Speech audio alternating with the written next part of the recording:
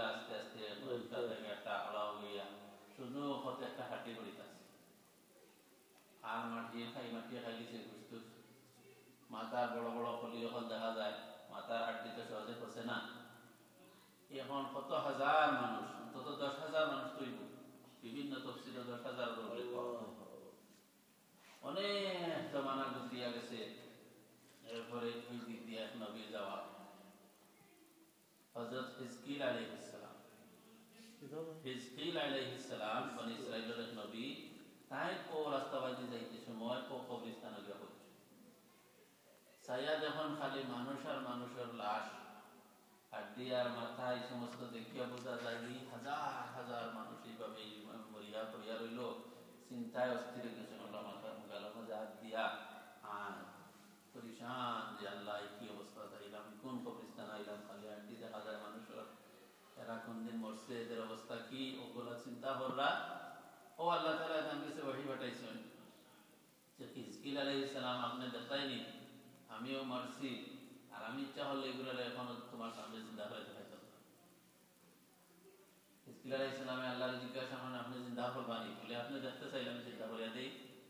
বলে জিন্দা হইল কাই, মানুষগুলো জিন্দা হয়ে যাচ্ছে তো ভালো, আমিও দেখলাম পঞ্চে দেখাও। হিজকিল আলাইহিস সালাম রে আল্লাহ তাআলা হুকুম দেয় যে তুমি ও আটটি অঙ্গরে রক্ষা করিয়া আমার পক্ষ থেকে হুকুম দাও, হো মরা পুরাতন হাড্ডি গুলা তোমরা জোড়া লাগি যাও, আল্লাহর হুকুমে জোড়া লাগি যাও। ভাই আপনি আওয়াজ দোকা তাই আওয়াজ দিলা যে আপনি হাড্ডি তোমরা আল্লাহর হুকুমে জোড়া লাগো। এখন দেখা যায় টপকা টপকি করিয়া হাড্ডি আর হাড্ডির লগে যেটা জোড়ে ছড়িয়ে গেছে গিয়া জোড়া লাগি গেল।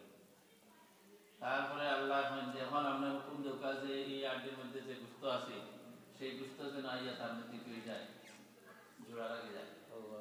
তাই না আমার কইলা হইতেও দেখা যায় এখন সব হাড্ডি আস্তে আস্তে মোটা হইয়া তার লগে গোস্ত হইয়া যে গোস্ত যেরকম আগে আসছিল এগুলা জোড়া লাগে গেল। তারপরে কইলা যে এখন আল্লাহর হুকুমে দাঁড়াও। কি কইবা, এক হুকুম দিয়েছেন আল্লাহর হুকুমে 10,000 মানুষ দাঁড়াইয়া কইছে আল্লাহু আকবার। একসাথে তারা সবাই আল্লাহু আকবার বলছে যে আমরা তো মরিয়া গেছিলাম গে, আবার দেখা যায় আমরা আল্লাহ হায়াত দিয়েছে। কোন তাফসীরে লেখছেন তারা কইছে সুবহানাকা আল্লাহুম্মা, আল্লাহ তোমার তারিফ, তুমি পবিত্র, তুমি যে আমরা একবার চিন্তা করছো কিনা আমরা হায়াত দিলাই, ওই আহারে তারা আকাশ আল্লাহর তারিফ করে উঠছে।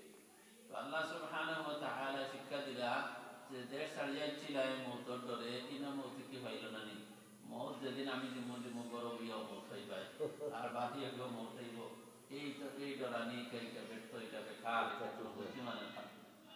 তো কথাগুলো আল্লাহ তাআলা এই আয়াতের মধ্যে বলেন, আলাম তারা ইলাল্লাযীনা খারাজু মিন দিয়ারিহিম ওয়া হুম উলুফুন হাদারাল মাউত। নবী আপনি দেখছেন মানুষের কথা, অর্থাৎ আপনি শুনছেন নি, আপনারা আমি সংবাদ দিতেছি যে সমস্ত লোক হাজার হাজার মানুষ তারা মৃত্যুর ভয়ে বাড়ি ছাড়িয়া পালাইয়াছিল।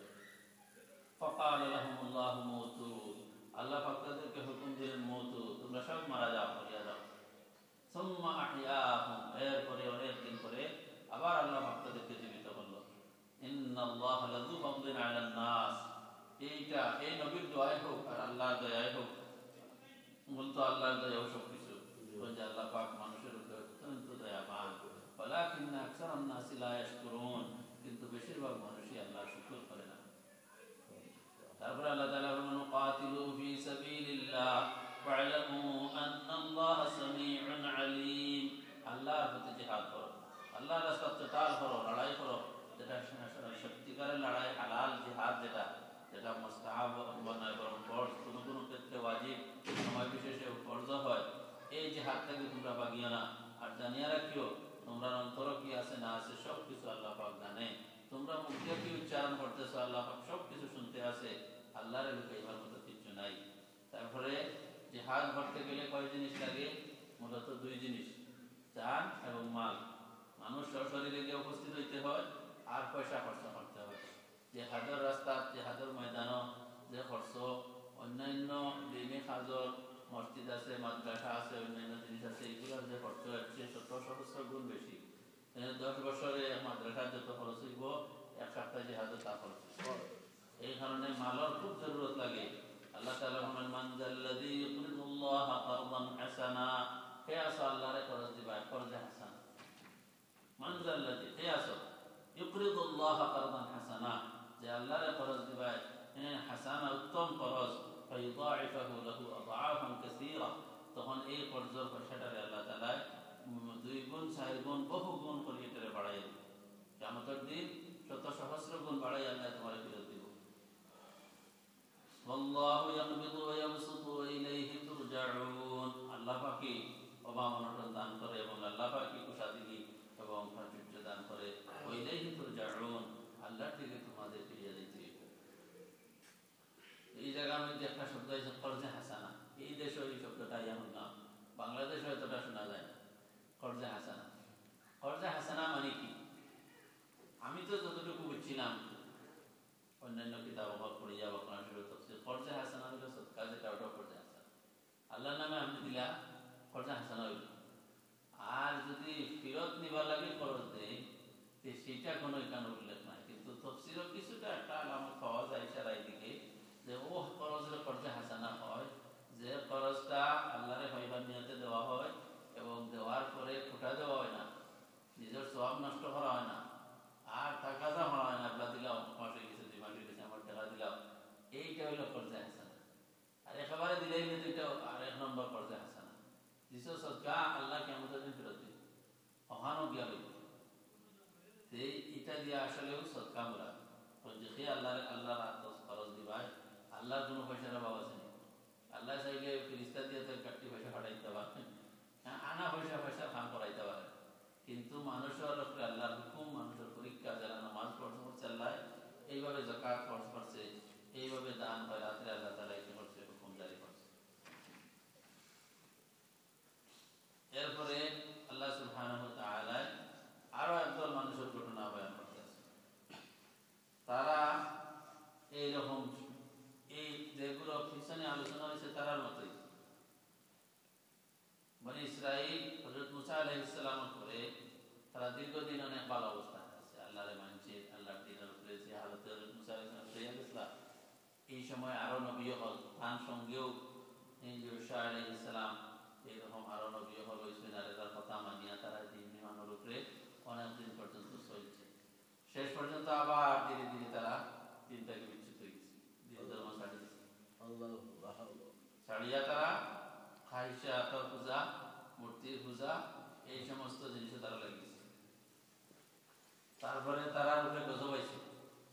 কওমে আমালাকা, এক বাহাদুর কওম, তারা ইয়া হামলা চালাইয়া আনতে মারিয়া ধরিয়া তাদের মেয়া ঘরে বান্দি বানাইছে, ছেলে ঘরে গোলাম বানাইছে, অনেক অ্যারেস্ট করছে, কাতল করছে, কত রক্ত বাসাইছে। বাসাইয়া তারা একবার উদ্ধার করে।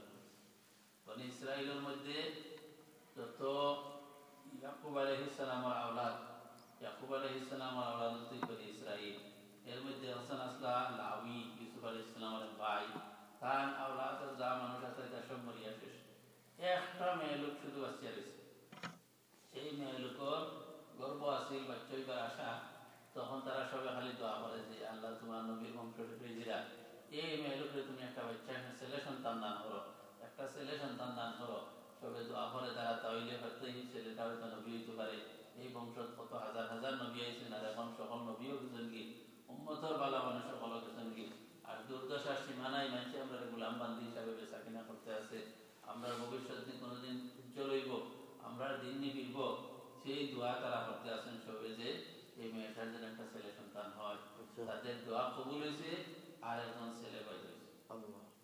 এই ছেলেরে তারা নাম রাখছে শিমবিল, শিমবিল বা আশমুবিল।